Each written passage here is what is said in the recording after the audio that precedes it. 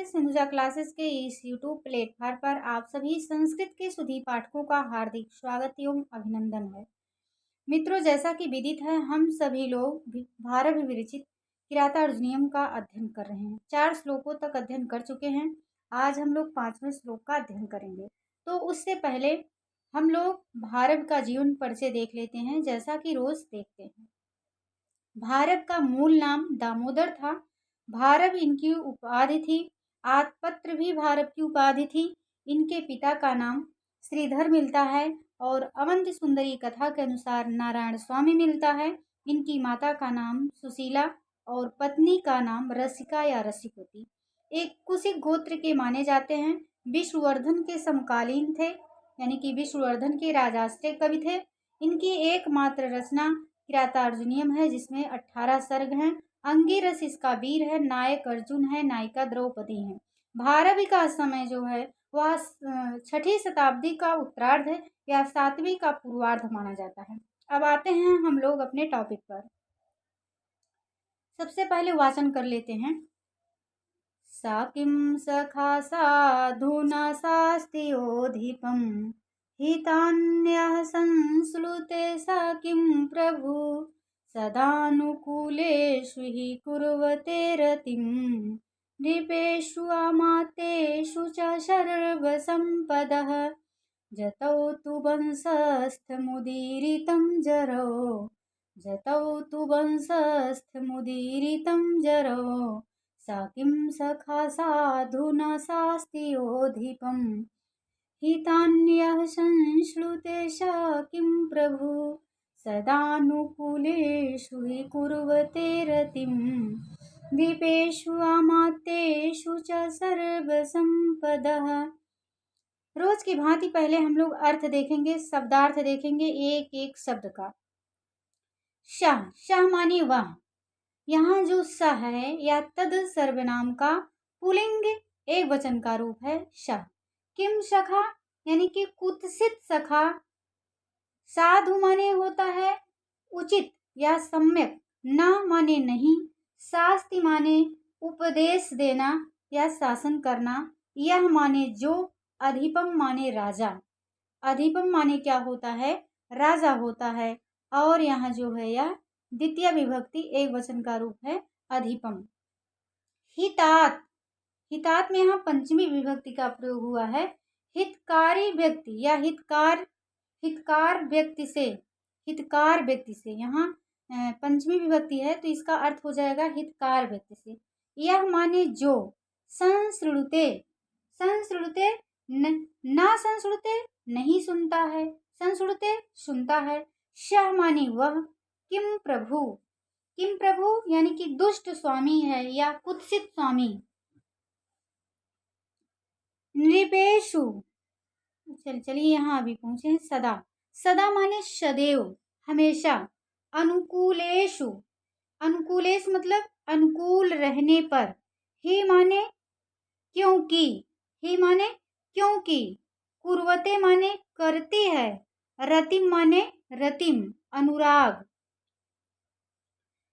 नृपेषु राजाओं में। यहाँ सप्तमी विभक्ति बहुवचन का प्रयोग हुआ है, तो अर्थ हो जाएगा राजाओं में। आमात्येषु मंत्रियों में। च माने और। सर्व संपदा, सर्व संपदा का क्या अर्थ होगा कि सभी संपत्तियां या संपूर्ण संपत्तियां। सर्व संपदा संपूर्ण संपत्तियां या सभी संपत्तियां। अब चलिए अन्वय के माध्यम से अर्थ देखते हैं।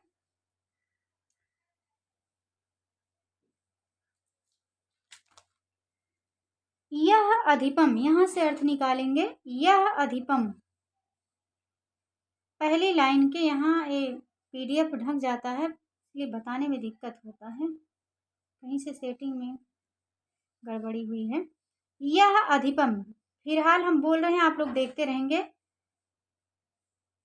मार्क सोचते हैं मार्क कर दें तो फिर ढक जाता है। चलिए ठीक है, कोई बात नहीं। यह अधिपम, इसको अलग अलग तोड़ेंगे तो हो जाएगा यह अधिपम। यह माने जो। अधिपम माने राजा को। साधु माने उचित, सम्यक। ना शास्ति यानी कि उपदेश नहीं करता है। शास्ति माने उपदेश करना या उपदेश देना। ना शास्ति यानी कि साधु ना शास्ति, सम्यक उपदेश नहीं देता है या उचित सलाह नहीं देता है। हितान,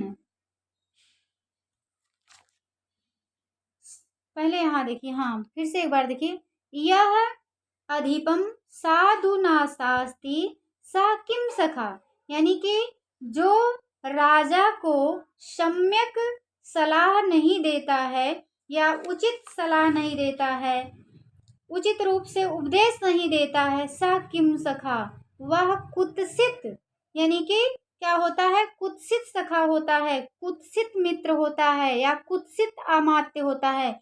यहाँ सखा से तात्पर्य अमात्य से है। सखा और अमात्य यहाँ जो है दोनों पर्यायवाची हैं, दोनों का समान अर्थ है, सखा और अमात्य का। अमात्य माने होता है मंत्री, यानी कि यह अधिपम साधु ना शास्ति सा किम सखा, जो राजा को उचित सलाह नहीं देता है या उचित उपदेश नहीं देता है, सह किम सखा, वह कुत्सित सखा है। यह माने जो, हितात, अब यहां से आई हितात, अलग अलग करेंगे तो हो जाएगा हितात न। हितात न संस्कृते यानी कि हितकारी बातों को ना संस्कृते नहीं सुनता है, या हितात माने यहाँ हितकार से हो जाएगा, यानी कि जो हित चाहने वाला व्यक्ति होता है।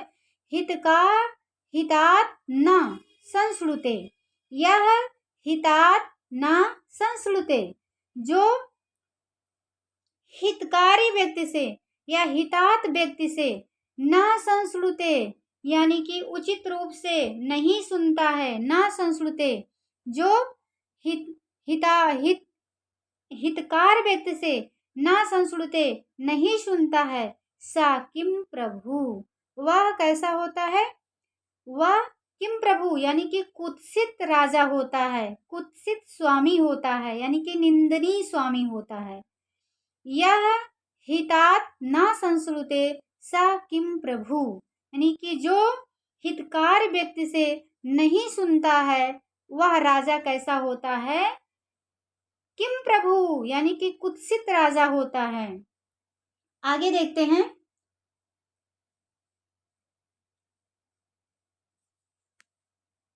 ही नृपेशु आमात्येषु, ही माने क्योंकि, ही यहां से फिर लेंगे अर्थ,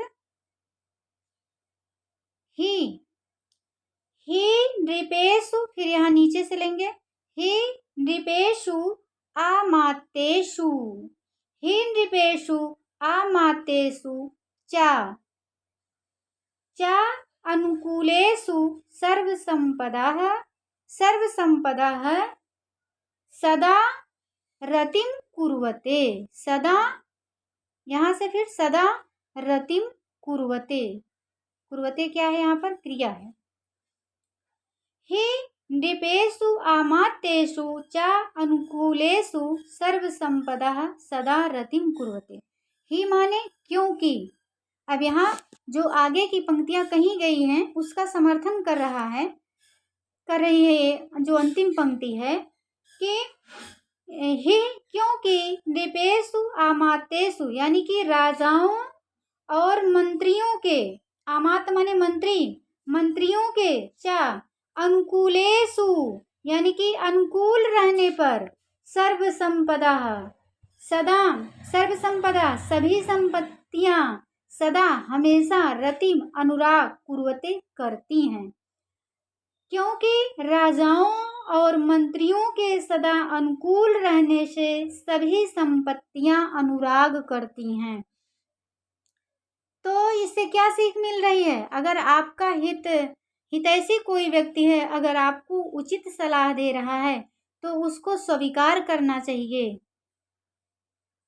अगर कोई मंत्री राजा को उचित सलाह दे रहा है, मान लो मंत्री दूरदर्शी है, बहुत बुद्धिमान है, अपने राजा को उचित सलाह दे रहा है, तो राजा को मंत्री की बात मानना चाहिए, तभी उसके राज में सभी सुख सुविधाएं रहती हैं, यानी कि तभी जो शासन है राजा के अनुकूल चलता है, प्रजा के अनुकूल चलता है। सा किं सखा साधुना शास्त्योधिपं हितान्यः संसृतेशा किं प्रभु सदानुकूलेषु हि कुर्वते रतिं नृपेषु अमात्येषु च सर्वसंपदः। यानी कि इसका भाव यही है कि जो राजा को उचित परामर्श नहीं देता है, और राजा को उचित परामर्श कौन देता है? अमात्य देता है, मंत्री देता है। यानी कि जो अमात्य राजा को उचित परामर्श नहीं देता है वह कुमित्र है, और जो हितैषी यानी कि हितकारी की बात नहीं सुनता है वह स्वामी दुष्ट है, क्योंकि राजाओं और मंत्रियों के परस्पर अनुकूल रहने पर ही सारी संपत्तियां सदैव अनुरक्त रहती हैं, अर्थात टिकती हैं, अस्थाई रहती हैं। चलिए इसका व्याकरणात्मक टिप्पणी देखते हैं। सखा शब्द कैसे बना है? किम सखा, यहाँ किम उपसर्ग लग गया है।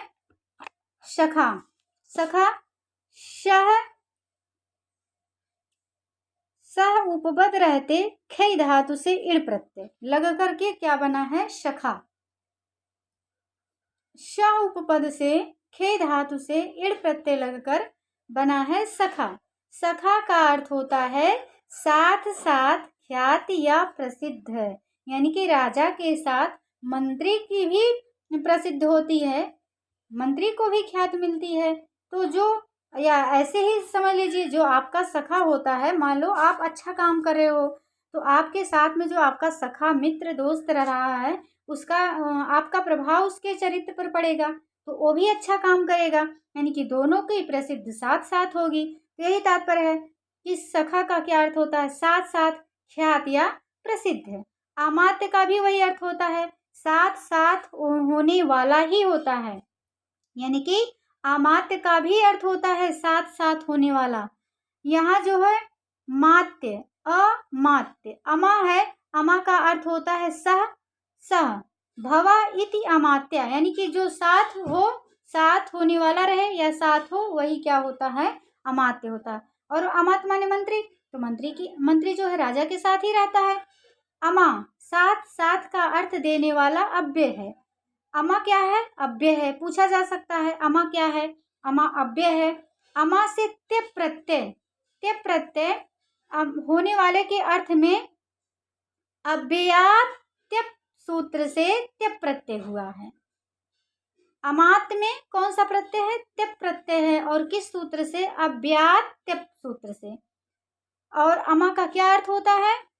साथ साथ होने वाला। अब देख लीजिए यहाँ हितात, हितात जो बहुत महत्वपूर्ण है, वह कैसे कैसे बना है उसकी व्युत्पत्ति देख लीजिए। सबसे पहले देख लीजिए हितम शब्द होता है, हितम बना है धा धात से अक्ता प्रत्यय, नपुंसक लिंग एक वचन में हितम बनता है।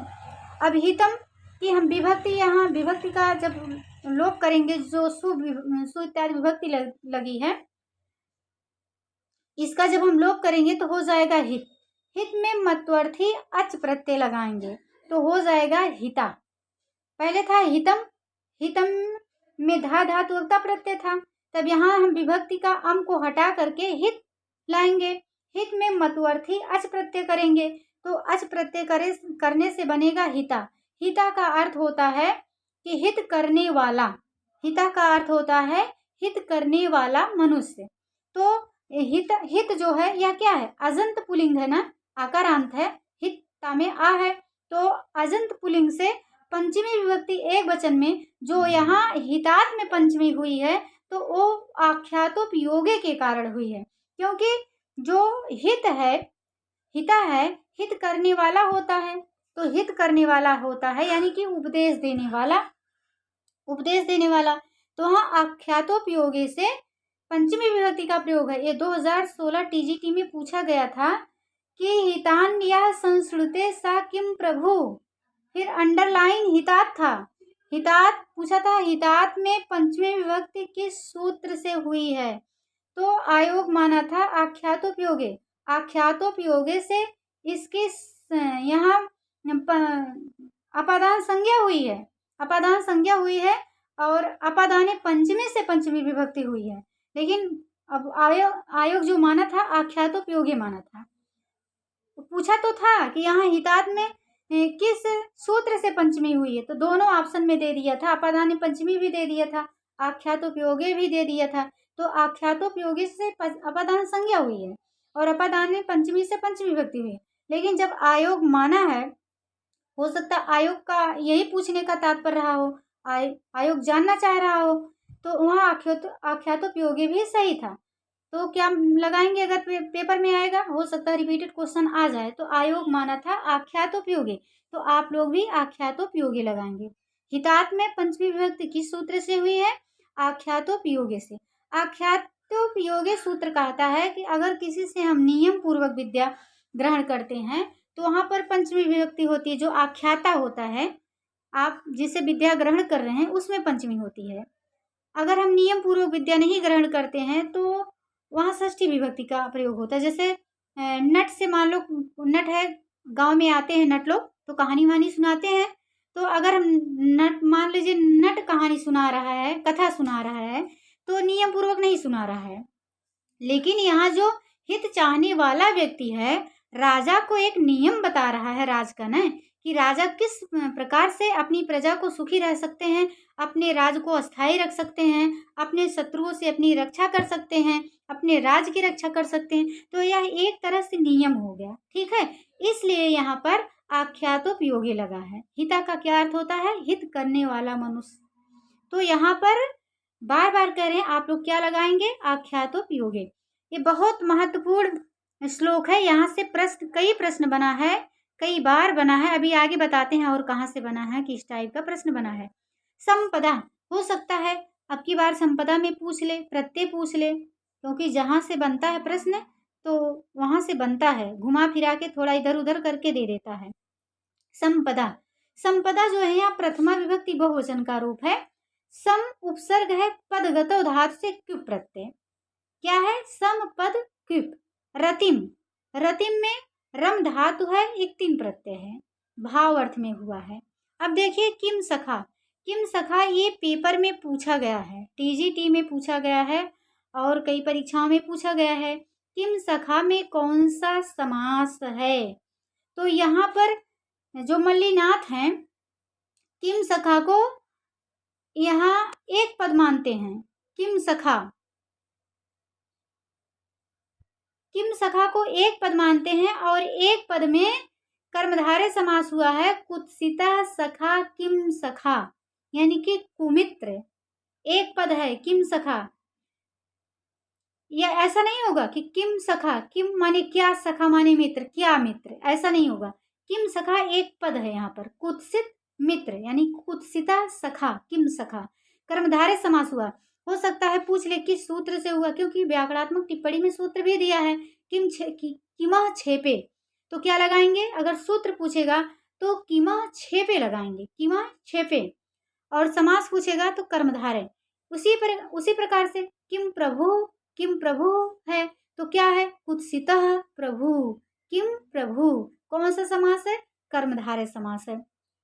अनुकूलेषु, इसमें सभी महत्वपूर्ण है, क्योंकि यहाँ से प्रश्न बना, जितने समास यहाँ पर है सब एकदम दिमाग में बैठा लेंगे। किम सखा किम प्रभु, कर्मधारय समास है।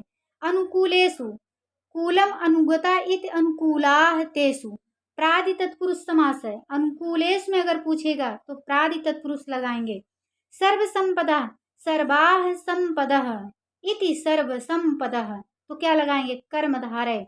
एक बार फिर से देख लीजिए, किम सखा किम प्रभु, कर्मधारय, अनुकूलेषु प्रादि तत्पुरुष, सर्व संपदः कर्मधारय समास। चलिए लकार देख लेते हैं। शास्ति, शास्त्र में कौन सा लकार है? शास्त्र में लट लकार प्रथम पुरुष एक वचन है। कौन सा लकार है? लट लकार प्रथम पुरुष एक वचन है। यहाँ प्रथम पुरुष एक वचन है, इसका रूप चलता है, कैसे चलता है? शास्ति शिष्टा शासति, तो शास्ति, शास्ति शिष्टा शासत, तो शास्ति कहाँ का रूप है? प्रथम पुरुष एक वचन का है। संस्रुते, श्रु धातु है, लट लकार प्रथम पुरुष आत्मनेपद का रूप है, प्रथम पुरुष एक वचन आत्मनेपद का। उसी प्रकार से कुर्वते है, कुर्वते डुक्री धातु है, कुर्वते में डुक्री धातु लट लकार प्रथम पुरुष एक वचन है, बहुत महत्वपूर्ण है। कुर्वते का रूप आत्मनेपद में चलता है, कुर्वते, कुर्वाते, कुर्वते, क्षम्यताम, कुरुते है, कुरुते, कुर्वाते, कुर्वते, कुरुसे, कुर्वाथे, कुरुध्वे, कुर्वे, कुर्वहे, कुर्महे। कैसे चलता है? कुरुते, कुर्वाते, कुर्वते, कुरुसे, कुर्वाथे, कुरुध्वे, कुर्वे, कुर्वहे, कुर्महे। अगर पूछा जाए कि यहाँ पर कुर्वते रूप जो है किस लकार का है, तो क्या बताएंगे? लट लकार। किस पुरुष का है? प्रथम पुरुष एक वचन। यहाँ विशेष नियम से आत्मनेपद का प्रयोग हुआ है, कारक। अब देखिए प्रश्न क्या था, पूछा गया जो प्रश्न था हितात यह संस्कृते सा किम प्रभु। था हितात में पंचमी विभक्ति किस सूत्र से हुई है? तो आख्यातोपयोगे से हुई है। अलंकार पूछे तो अर्थांतर न्यास अलंकार। तो यह श्लोक व्याकरणात्मक टिप्पणी के दृष्टि से वैसे भी बहुत महत्वपूर्ण है। चलिए एक बार फिर वाचन कर लेते हैं हम लोग।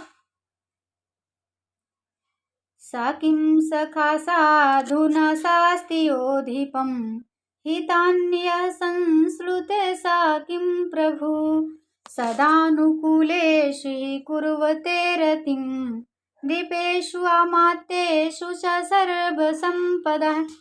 व्याकरणात्मक टिप्पणी से बहुत बहुत महत्वपूर्ण है। आप लोग कान खोल करके सुन लीजिए और इसको वीडियो रोक करके आप लोग व्याकरणात्मक टिप्पणी देख लेंगे। चलिए आज के लिए बस इतना ही, मिलेंगे कल हम लोग अगले श्लोक को लेकर के। और आप लोगों से निवेदन है जब भी बाजार जाएं कपड़े का थैला अवश्य लेकर के जाएं। सभी लोग पर्यावरण को स्वच्छ बनाने में अपनी भागीदारी दें। अभी देख रहे हैं लोग कि बाढ़ आ रही है, हिमाचल प्रदेश में, उत्तराखंड में, दिल्ली में लोग मर रहे हैं, त्राही त्राही कर रहे हैं।